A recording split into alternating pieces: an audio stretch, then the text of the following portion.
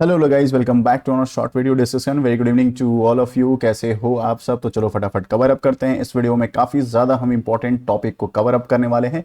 कल के दिन काफ़ी सारे स्टॉक इंपैक्ट कर सकता है, क्योंकि आपको पता है मिडिल ईस्ट में एक वॉर का सिचुएशन बना हुआ है। इसराइल ईरान का वॉर का इशू चल रहा है। कल के दिन देखने की ज़रूरत यह है कि क्या हमारा निफ्टी कल भी सेलिंग मोड में रहेगा या फिर कल थोड़ा सा बाइंग मोमेंटम को मेंटेन करते हुए दिख रहा है। क्योंकि इसराइल पे अगर ईरान ने अगर 200 मिसाइल्स का फायर किया है तो रिटेलिएट करते हुए इसराइल भी जरूर दिखेगा, इसका कमबैक करते हुए जरूर दिखेगा। इसके अलावा आप जरूर कंसीडर करना, डाउ जोन्स अभी ग्रीन में चल रहा है, ये एक पॉजिटिव है। बट कल के दिन मार्केट ओपन होने से पहले डाउ जोन को भी कंसीडर कर लेना एंड नास्डैक को भी कंसीडर कर लेना। कल के दिन पॉजिटिव है। अगर थोड़ा सा डाउ जोन और नास्डैक थोड़ा पॉजिटिव रहते हैं तो हमारा निफ्टी 50 ओवरऑल सिनेरियो में गैप अप खुलने के चांसेस थोड़ा सा रहते हैं या फ्लैटिस खोलने का चांसेस बढ़ जाते हैं। इसके अलावा हमारे लिए कल के दिन और भी रडार पे रहने वाला है कि नहीं कि यस, हमारा पता है जापान का मार्केट जो है वो भी अनस्टेबल होते हुए नजर आ रहा है, पॉलिटिकल चेंजेस होते हुए नजर आ रहा है। मतलब क्या, प्राइम मिनिस्टर वहां के जो थे वो चेंज हो चुके हैं, नए प्राइम मिनिस्टर का अलॉटमेंट हो चुका है। नए प्राइम मिनिस्टर वहां आ रहे हैं, वो भी एक मेजर इशू है होने वाला है, क्योंकि वो डायरेक्ट रेट कट का जो फैसला है, रेट बढ़ाने का जो फैसला है, उसमें डायरेक्ट वो इन्वॉल्व होना चाहते हैं। सेकेंड एंड मोस्ट इंपॉर्टेंट कि चाइना का मार्केट, यस चाइना जो हमारा कॉम्पिटिटर है, 2 दिन से देखोगे उसमें शानदार बाइंग कंटिन्यू होते हुए नजर आ रहा है। कि उसके पीछे रीजन क्या है? तो गवर्नमेंट में बहुत बड़ा बजट का एलोकेशंस कर दिया, बहुत बड़ा इनफ्लो का अनाउंसमेंट कर दिया है चाइना के मार्केट में। तो वो भी एक बहुत बड़ा रहता है पॉजिटिव न्यूज चाइना के मार्केट के लिए, क्योंकि बड़े बड़े इन्वेस्टर जो as comparison to Indian stock market, China का मार्केट जो है अच्छा खासा वैल्यूएशंस में है। अगर वहां पे अच्छा खासा रिकवरी होने मोड में आ जाए तो बड़े बड़े एफआईएस जो होते हैं अपने जो इंडियन मार्केट को छोड़ के चाइना के मार्केट में भी पैसा लगाते हुए नजर आ जाएंगे। तो ये दोनों चीज को आप जरूर ध्यान पे रखना। निफ्टी 50 ऑल टाइम से भी करेक्शंस आते हुए दिख रहा है, हालांकि 52 वीक हाइक के बाद ऑलमोस्ट लगभग 2% के आसपास करेक्शंस दे चुका है, तो ध्यान रखिएगा। नेक्स्ट टॉपिक के बारे में बात करें तो टाटा मोटर्स। टाटा मोटर कल के दिन स्पेशली ध्यान पे रखना है, गैप डाउन भी खुल सकता है या प्रॉफिट बुकिंग भी इस स्टॉक में हो सकता है। उसके पीछे का रीजन क्या है? तो 15% इनका जो सेल्स है वो डाउन होते हुए नजर आ रहा है। आपको पता है सितंबर मंथ का जो है सेल्स का डेटा निकला हुआ है, हर एक ऑटोमोबाइल इंडस्ट्रीज का सेल्स का डेटा निकलता है, तो ईयर ऑन ईयर का कंपैरिजन में कंसीडर करेंगे 15% का डिक्लाइन टाटा के व्हीकल्स में सेलिंग में हुआ है। मतलब कि टाटा मोटर्स की गाड़ियां 15% ईयर ऑन ईयर कंपैरिजन में कम हुई है। हालांकि इसका मैंने एक सेपरेट वीडियो बना के भी शेयर कर दिया है। ऑटो सेल्स सारे महिंद्रा महिंद्रा मतलब जितने भी ऑटो इंडस्ट्रीज के 4 व्हीलर्स और 2 व्हीलर्स के जितने भी स्टॉक के जो सेल्स के डेटा हैं वो भी मैंने वीडियोज बना के पब्लिश कर दिया, तो चाहो तो वो भी आप चेकआउट कर सकते हो। फर्स्ट टाइम चैनल पे आए हो तो लाइक एंड सब्सक्राइब भी कर सकते हो। सब्सक्राइब करना तो बेल आइकन ऑल जरूर क्लिक कर देना। और लाइव मार्केट में मेरे से जुड़ना चाहते हो तो चैनल को ज्वाइन कर लेना। मैं डेली सुबह 10 बजे आपसे लाइव में मिलते हुए दिख जाता हूं। तो टाटा मोटर्स का सेल्स 15% डाउन है, तो थोड़ा सा गैप डाउन खुलने के चांसेस है। मे बी अगर कोई बड़ा इन्वेस्टर अगर इसमें सेलिंग का पैटर्न को एक्टिवेट करता है तो अच्छा बाइंग ऑन डिप का अपॉर्चुनिटी भी ये स्टॉक आपको जरूर प्रोवाइड करते हुए दिख जाएगा। हाँ, इन्हीं का competitor Mahindra and Mahindra. Mahindra and Mahindra कमाल का सेल्स का परफॉर्मेंस दिया है, ईयर ऑन ईयर शानदार जंप होते हुए दिख रहा है। 16% के आसपास इनका सेल्स जंप होते हुए दिख रहा है, जो कि 5 स्टार है। तो ये स्टॉक भी कंटिन्यू होते हुए, हालांकि सेल्स इसमें ही नहीं, इनके ट्रैक्टर्स भी जो सेल्स है उसका भी अच्छा खासा इंक्रीमेंट हुआ है। इस वजह से स्टॉक जो है ग्रीन में भी आपको दिखते हुए नजर आ जाएगा। ठीक है, इन दोनों स्टॉक को कल के दिन आप रडार पे रख सकते हो। सेकंड स्टॉक की बात करें तो मैनकाइंड फार्मा। यस, ये कमाल का स्टॉक है, हालांकि हम इसको बहुत पहले से कवर अप कर रहे हैं। इसमें स्विंग ट्रेड भी हमारा चल रहा है। मैनकाइंड फार्मा कल के दिन रडार पे हो सकता है, तो इसने एक्विजिशन 100% का एक्विजिशन जो है कंप्लीट करते हुए दिख रहा है Bharat serum and vaccine limited में। तो एक पॉजिटिव न्यूज है। हालांकि इससे पहले न्यूज आया था, कल के दिन ऑफिशियल वेबसाइट पर पब्लिश हो चुका है, तो इस चीज को ध्यान रखना। ये एक पॉजिटिव न्यूज सर्कुलेट होते हुए दिख रहा था। मैनकाइंड आपके पास है, स्टॉक अच्छा है, लॉन्ग रन के लिए भी आप प्लान ऑफ एक्शन में देख सकते हो। हालांकि आईपीओ आने के बाद ये अच्छा खासा रिटर्न अभी तक देते हुए दिख रहा है। इनमें से अगर आपके पास कोई भी स्टॉक है या कोई क्वेरी है, आप पूछना चाहते हो स्टॉक मार्केट के रिगार्डिंग या किसी भी स्टॉक के रिगार्डिंग, आप कमेंट कर सकते हो, मैं आपको रिप्लाई बैक करते हुए दिख जाऊंगा। मैनकाइंड फार्मा का एक और पॉजिटिव न्यूज निकल के आ रहा है कि ये फंड रेज का प्लान कर रहे हैं। 10,000 करोड़ के आसपास का फंड रेज का प्लान ऑफ एक्शन ये रख रहे हैं। तो आने वाले टाइम में जितना ज्यादा फंड रेज होगा उतना ज्यादा अच्छी बात होती है। देखो, फंड रेज होने से 2 मेजर फायदे होते हैं।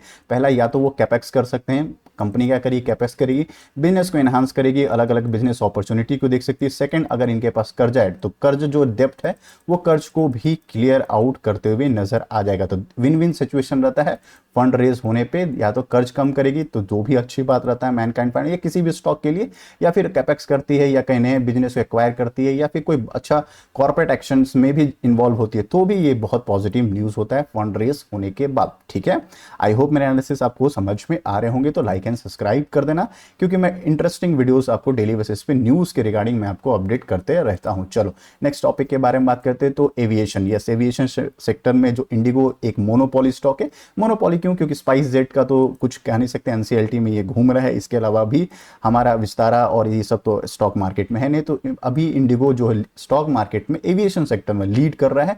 मोनोपोली है, सिंगल एक यही स्टॉक है जो कि रैली कर रहा है। तो दोनों को, स्पाइस जेट को या फिर आप चाहो तो इंडिगो को, तो आप हमेशा पोर्टफोलियो में रडार पर रखना। इन दोनों कल के दिन ग्रीन ग्रीन में आपको दिखने को मिल सकता है, क्योंकि स्टॉक एविएशन का जो उनका स्पेशली फ्यूल जो वो खरीदते थे उसका प्राइस कट होते हुए नजर आ रहा है। मतलब क्या है कि इनको सबसे ज़्यादा एविएशन सेक्टर में जो रिक्वायरमेंट होता है फ्यूल का, उसका जो प्राइस है वो कम हो चुका है, तो एक्सपेंसेस जो इनको होते हैं वो थोड़ा सा कम होते हुए दिखेगा। तो नेट प्रॉफिट या फिर प्रॉफिट आफ्टर टैक्स वाला जो फॉर्मूला है, जो क्वार्टर एंड क्वार्टर का रिजल्ट है, उसमें ये अच्छा करते हुए दिख जाएगा। तो ये इनडायरेक्टली इनको अच्छा बेनिफिट होगा, क्योंकि इनका जो रॉ मटेरियल ही है क्या है, फ्यूल रहेगा, तभी तो ये अपनी एविएशन सेक्टर में जो भी फ्लाइट्स हैं उड़ा पाएंगे, वो सस्ता होते हुए नजर आ रहा है। तो इन दोनों स्टॉक को आप चाहो तो रखो। इन्वेस्टमेंट माइंडसेट से अगर हो इस स्टॉक में इंडिगो को, तो आप कंटिन्यू करना है। स्पाइस जेट में ऐसा बिल्कुल भी नहीं, ये कुछ भी स्टॉक नहीं है, कभी भी इसकी लंका लग सकता है। लंका मतलब कि ये एनसीएलटी में चल रहा है स्टॉक, देख लो पूरा ट्रेडिंग में है, थोड़ा सा पॉजिटिव न्यूज आता है, रॉकेट बनता है, और कहीं भी आपने गलत बाइंग कर दिया तो इस स्टॉक में अच्छा खासा लॉस हो सकता है। छोटी मोटी क्वांटिटी रिसर्च के लिए आप रख रहे हो, स्टडी पर्पस के लिए, तो फिर बात की अलग बात है। ठीक है, मेजर अपने पोर्टफोलियो में से स्टॉक को क्वांटिटी में मत रखना, एक जनरल एडवाइस आपको दे रहा हूं, बाकी आपकी मर्जी। आरबीएल को आप थोड़ा कल के दिन रडार पर रख सकते हो, इनको भी मल्टीपल ऑर्डर्स मिलते हुए नजर आ रहे हैं। 463 करोड़ के आसपास जो इनको मल्टीपल्स जो है ऑर्डर्स मिले हैं। रेलवे ने एक और 180 करोड़ का, ईस्ट सेंट्रल रेलवे में भी इनका Q1 जो है मतलब क्या लोएस्ट वन बिडर बनते हुए नजर आ रहे हैं। तो इनको भी स्टॉक को आप कल के दिन रडार पर रख सकते हो। हालांकि आरबीएल अच्छा स्टॉक है, प्यारा स्टॉक है, टॉप लेवल से करेक्शन बिल्कुल आया है, नो डाउट। 510 जो इसका सपोर्ट है, या 500 जो राउंड लेवल है, ये अच्छा खासा सपोर्ट है। वहां पे अगर आपको ये स्टॉक मिलता है या उसके आसपास में मिलता है, आप जरूर बाइंग ऑन डिप का प्लान ऑफ एक्शन में अपने माइंडसेट में, फाइनेंशियल एडवाइजर से एक बार डिस्कशन करने के बाद जरूर से इस स्टॉक को आप रडार पे रख सकते हो ऐसे। ठीक है, डायरेक्टली बाई कर रहे हो तो जरूर एक ध्यान रखना, अभी मार्केट का सिनेरियो थोड़ा सा नेगेटिव चल रहा है, तो बल्क बाइंग बिल्कुल अवॉइड करना। छोटे मोटे क्वांटिटी से फ्रेश बाइंग या एवरेज करने का माइंडसेट आप इन सारे स्टॉक में बना सकते हो, क्योंकि लॉन्ग रन में आपको ये पैसा बनाते हुए दिख जाएगा। लेकिन एक चीज का ध्यान रखना, फाइनेंशियल एडवाइजर से जरूर बात कर लेना। ठीक है, IRFC की बात कर लेते हैं, बहुत अच्छे टॉप लेवल से 30% के आसपास या 28% के आसपास ये करेक्शंस होते हुए दिख रहा है। हाँ, 28-29% का ये करेक्शन है, तो ये स्टॉक को भी आप रडार पे रखना, क्योंकि इंफ्रास्ट्रक्चर, जब भी रेलवे इंफ्रास्ट्रक्चर का ग्रोथ होगा, ये स्टॉक को हमेशा फायदा होते हुए, इनडायरेक्टली हमेशा फायदा होते हुए, क्योंकि ये फाइनेंस करती है, कंपनी क्या है, फाइनेंस करती है, इसमें डायरेक्टली आपको फायदा होते हुए नजर है। हाँ, इजराइल का जो इशू चल रहा है, मिडिल ईस्ट में इशू चल रहा है, तो रेलवे के जितने भी स्टॉक हैं, जो आपको पता है इजराइल से यूरोप से इंडिया तक जो कॉरिडोर बनने वाला है, उसमें IRFC, आयरकॉन, RVNL, ये सारे स्टॉक डायरेक्टली इन्वॉल्व है। तो इन सारे स्टॉक को थोड़ा जरूर तकलीफ होगा मिडिल ईस्ट वॉर की वजह से, बट लॉन्ग रन में अगर आपका प्लान ऑफ, लॉन्ग रन मतलब क्या, लॉन्ग टर्म इन्वेस्टमेंट का 2-3 साल का आपका प्लान ऑफ एक्शन है, इस स्टॉक को आप रडार पे रख सकते हो। नेक्स्ट टॉपिक की बात करें, टीटागढ़ रेल सिस्टम, बहुत प्यारा स्टॉक है। हालांकि इसका मैंने एक प्यारा वीडियो बना के पब्लिश कर दिया टीटागढ़ रेल सिस्टम को, आप चाहो तो इसको कंप्लीट वीडियो आप देख सकते हो, कौन कौन से लेवल पे आप इसको बाइंग कर सकते हो। हालांकि अभी भी जो लेवल है बहुत अच्छा बाइंग का लेवल है, आप चाहो तो इस स्टॉक को रडार पर। अभी इसका नेगेटिव सेलिंग का पैटर्न एक्टिवेट क्यों है, पॉजिटिव नेगेटिव दोनों न्यूज मार्केट में सर्कुलेट हो रहा है, तो पॉजिटिव न्यूज को कवर करने से पहले नेगेटिव न्यूज का हम कवर अप कर लेते हैं। तो इनको एक बड़ा सा ऑर्डर मिला था, टोटल ऑर्डर क्वांटिटी 24,177 वैगन बनाने का इनको ऑर्डर मिला था। ठीक है, उनमें से 3089 वैगन्स का शॉर्टेज कर दिया गया। मतलब क्या, जो ऑर्डर इनको मिला था 24,127 का जो ऑर्डर मिला था, उसमें से 3000 ऑर्डर के आसपास वो कम कर दिया गया है। ठीक है, कम करने से अब जो इनका टोटल ऑर्डर बुक हो गया है, मतलब ये जो ऑर्डर हो गया 21,804 का ऑर्डर हो गया है, और जो अमाउंट कट हुआ है, मतलब क्या, जो 3000 वैगन्स इनको बनाने थे और वो नहीं बनाने हैं, उसका जो वैल्यू था 7000 करोड़ के आसपास है, वो नेगेटिव होते हुए, मतलब वो उनके पोर्टफोलियो या ऑर्डर बुक में एड ऑन होते हुए नहीं नजर आ रहा। रहा है, इस वजह से वहां पे सेलिंग होते हुए दिख रहा है। ठीक है, पॉजिटिव न्यूज़ को भी कंसिडर कर लेते हैं तो 1.29 करोड़ का एक और बढ़िया सा ऑर्डर जो है इंडियन रेलवे से इनको मिलते हुए नजर आ रहा है, जो 6 मंथ के कॉन्ट्रैक्ट के अवॉर्डेड डेट के लिए है। तो दोनों पॉजिटिव नेगेटिव न्यूज़ के हिसाब से कंसिडर करोगे तो स्टॉक अच्छा है। लॉन्ग रन में अगर आप देख रहे हो, ये स्टॉक बहुत प्यारा अपने मार्केट को लीड कर, वैगन सेक्टर में, रेल सेक्टर में बहुत अच्छा ये काम कर रही है। अगर आप लॉन्ग टर्म इन्वेस्टर हो, इसका चार्ट पैटर्न अगर आपने लोअर लेवल पे देख बाई किया है, बहुत अच्छे अच्छे आपके रिटर्न्स बनते हुए नजर आए। एक साल में भी आपके रिटर्न्स बन रहे हैं, 5 ईयर्स में तो लगभग 2,500 से ऊपर का रिटर्न भी बनते हुए दिख रहा है। कमाल का स्टॉक है, लॉन्ग रन के प्लान ऑफ एक्शन से रख रहे हो, इन सारे स्टॉक को आप रडार पे रख सकते हो। आई होप मेरे एनालिसिस अच्छे लग रहे हो, लाइक एंड सब्सक्राइब कर देना। मिलते हैं एक और वीडियो में, तब तक के लिए बाय बाय, थैंक यू।